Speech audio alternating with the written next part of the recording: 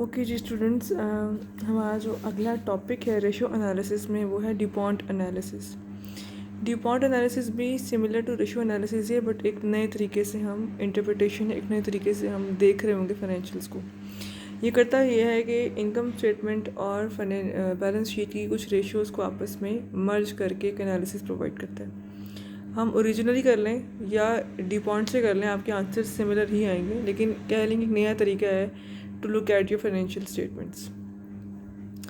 अब आप जानते हैं कि जी रिटर्न ऑन एसेट्स का फार्मूला क्या होता है जी, earnings available for common stock holders divided by total assets. ये हम ऑलरेडी जानते हैं, मैंने उसी फार्मूले को यहाँ पर लिखा हुआ है।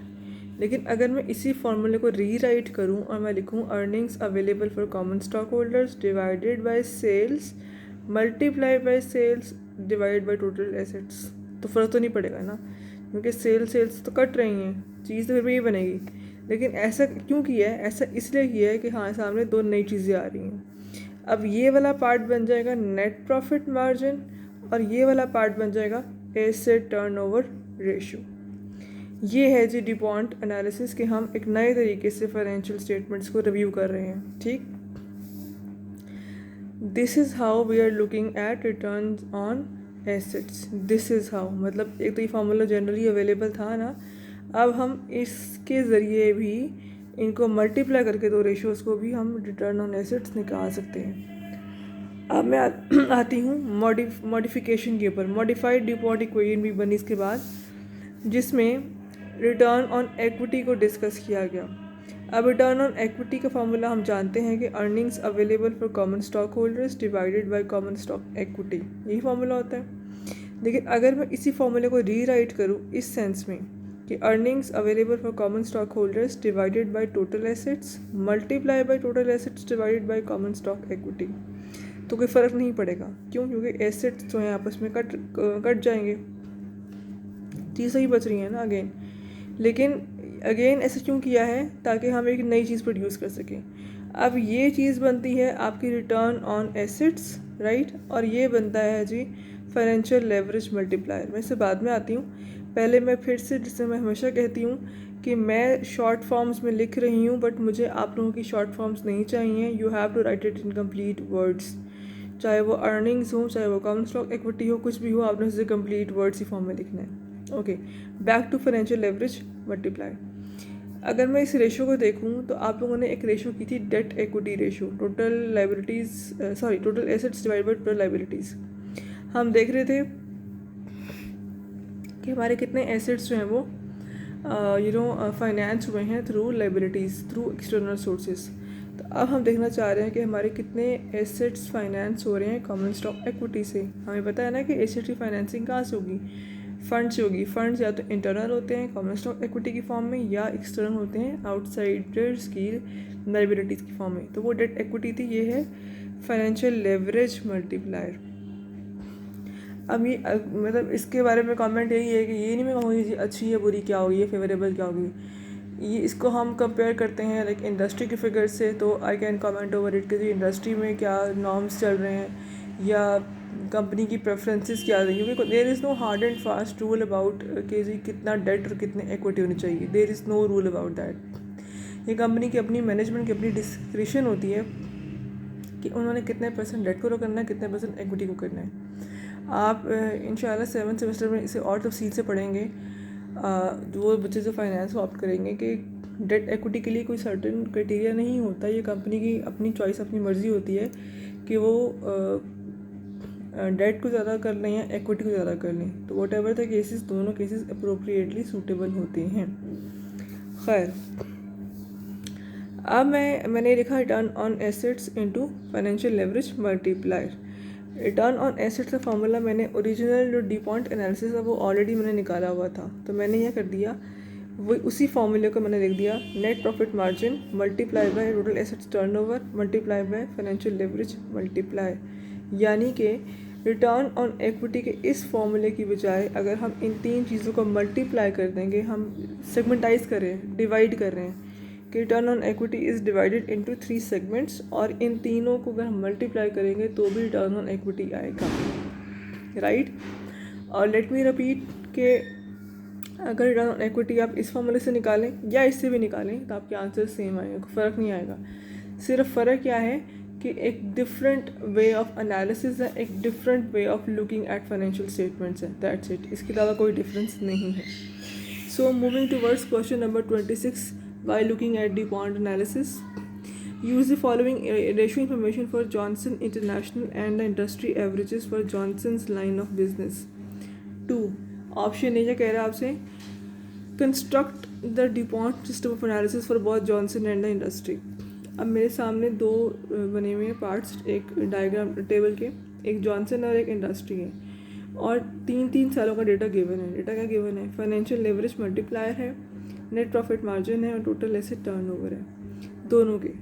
ठीक है, तो वो कह रहे हैं जी कंस्ट्रक्ट करें डिपॉन्ट सिस्टम ऑफ एनालिसिस। हमें इंडस्ट्री और जॉनसन दोनों के लिए डिपॉन्ट सिस्टम को कंस्ट्रक्ट करना है। तो what I have done over here, मैंने फार्मूले को दोबारा लिखा नहीं है, बट चूँकि जब आप सवाल खुद सॉल्व करेंगे तो आपने पहले फार्मूला ये वाला लिखना है कि आप इस फार्मूले की मदद से सॉल्व कर रहे हैं। तो मैंने जॉनसन की 13, 14, 15 की फिगर्स को मल्टीप्लाई किया।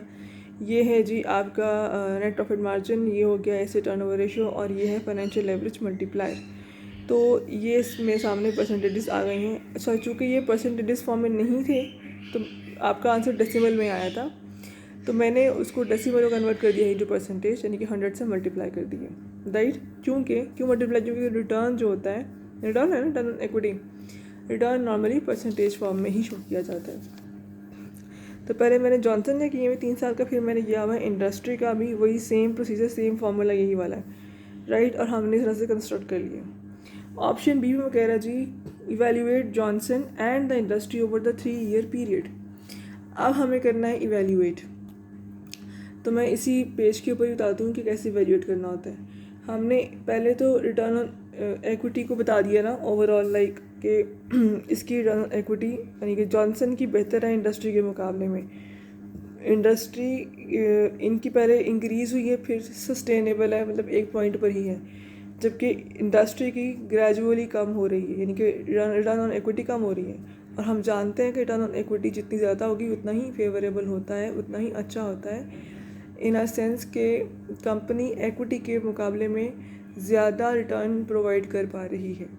ठीक, तो जॉनसन ने अच्छे तरीके से सस्टेन किया हुआ है। ये एक बता दिया तरीका इवैल्यूएशन का on the basis of return on equity. Number 2 is what we have to do is कि अब मैं ओरिजिनल अब मैं पार्ट्स में भी देखती हूँ, मैं पहले पकड़ती हूँ नेट प्रॉफिट मार्जिन को। तो जॉनसन के प्रॉफिट मार्जिन जो है वो कम हो रहा है, ग्रेजुअली डिक्रीज़ हो रहा है, और इंडस्ट्री का भी कम हो रहा है, ठीक है। लेकिन मैं कहूँगी कि फिर भी हम इवेल्यूएट करें ना, तो we have to compare both the figures.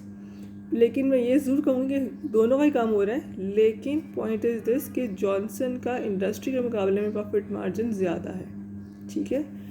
फिर मैं आती हूँ एसेट टर्नओवर पे, 2.11, 2.18, 2.34 और ये 2.05, 2.13, 2.15, दोनों के ही एसेट टर्नओवर इंक्रीज़ हो रहे हैं, हमें नज़र आ रहे हैं। लेकिन अगेन जॉनसन के जो इंडस्ट्री का टर्नओवर है वो ज़्यादा है एज़ कम्पेयर टू इंडस्ट्री। तो एक पॉजिटिव या एक अच्छा पॉइंट है, इसीलिए तो उन्होंने सस्टेन किया हुआ है। Financial leverage multiplier almost constant है, जबकि इंडस्ट्री का कम हो रहा है। जितना ये कम हो, इसका मतलब क्या है कि इनका कॉमन स्टॉक पे एक मिनट, ये फॉर्मूला था आपके सामने दिखाते हैं। अगर इसका आंसर कम हो, इसका मतलब ये है कि कॉमन स्टॉक इक्विटी कम है, एसेट ज़्यादा हो रहे हैं, यानी कि जो फाइनेंसिंग है वो फिर डेट पे हो रही है अगर इसका आंसर कम आता है। अगर आंसर ज़्यादा आएगा, इसका मतलब क्या होगा कि आपके अगर आंसर ज़्यादा आएगा तो इसका मतलब ये है कि एसेट्स ज़्यादा हो रहे हैं, और सॉरी मैं रिपीट करती हूँ, मिक्स कर दूँ चीज़ों को। अगर इसका आंसर ज़्यादा से मतलब ये आता है कि आपके ज़्यादा फाइनेंसिंग डेट से हो रही है, और अगर इसका आंसर कम आता है तो ज़्यादा फाइनेंसिंग स्टॉक इक्विटी से हो रही है। इसकी वजह क्या है, आंसर ज़्यादा कब आएगा, जब आपके एसेट्स ज़्यादा हों या कॉमन स्टॉक इक्विटी कम हो। तो ये मैंने कहा था, अगर आपका आंसर ज़्यादा आता है तो फिर फाइनेंसिंग डेट से हो रही है। लेकिन अगर इसका आंसर कम आता है, यानी इसका मतलब क्या है, या तो एसेट्स कम हो रहे हैं या फिर कॉमन स्टॉक इक्विटी ज़्यादा हो रही है। इन आइदर केस हम कहेंगे कि डेट से फाइनेंसिंग नहीं हो रही, कॉमन स्टॉक इक्विटी से फाइनेंसिंग हो रही है, right. This is how we will interpret it. तो मैं यहाँ पर ये कह सकती हूँ कि इनका तो कांस्टेंट ही रहा है फाइनेंशियल एवरेज मल्टीप्लायर ऑलमोस्ट, लेकिन इनका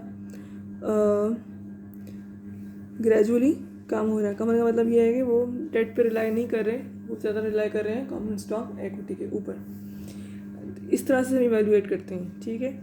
थर्ड सी पार्ट है इसका, indicate in which areas Johnson requires further analysis and why. अब सिर्फ बात वगैरह जॉनसन की, किस एरिया में एनालिसिस ज़रूरत है।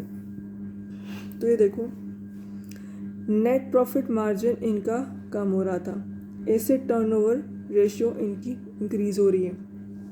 इसका मतलब क्या है, इस रेशियो के बढ़ने का मतलब ये है कि आपके assets are properly utilize to generate sales. ऐसी है ना, इसका फॉर्मूला क्या था इस एसेट टर्नओवर रेशियो का।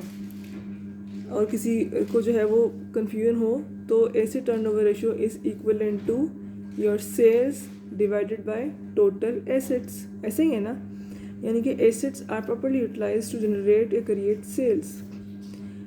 अगर आपके सेल्स बढ़ रही हैं तो फिर प्रॉफिट मार्जिन क्यों कम हो रहा है, राइट। ये कम हो रहा है ना, इसका मतलब ये है कि एनालिसिस इस बात के लिए ज़रूरी है, फर्दर देखना पड़ेगा कि सेल्स बढ़ने के बावजूद आपका प्रॉफिट मार्जिन कम हो रहा है, यानी कि या तो आप एक्सपेंडिचर्स बहुत ज़्यादा हो गए, ठीक है, या हो सकता है आपको कोई ज़्यादा टैक्सेस का सामना करना पड़ा है, या हो सकता है आपकी फाइनेंशियल कॉस्ट पे इम्पैक्ट हो गया। यानी कि अभी हमें इन एरियाज़ को इन्वेस्टिगेट करना पड़ेगा कि जी सेल्स के बढ़ने के बावजूद नेट प्रॉफिट मार्जिन क्यों कम हुआ है। हमें इनके आंसर्स ढूंढने पड़ेंगे, और इनके आंसर्स हमें कहाँ से मिलेंगे, obviously from income statement of Johnson, या उनकी जो फर्दर डिटेल मिलेगी हमें नोट्स से। तो हम उनको रिव्यू करेंगे तो we will get to know कि ये जो डिफरेंस क्रिएट हो रहा है वो क्यों हो रहा है, राइट।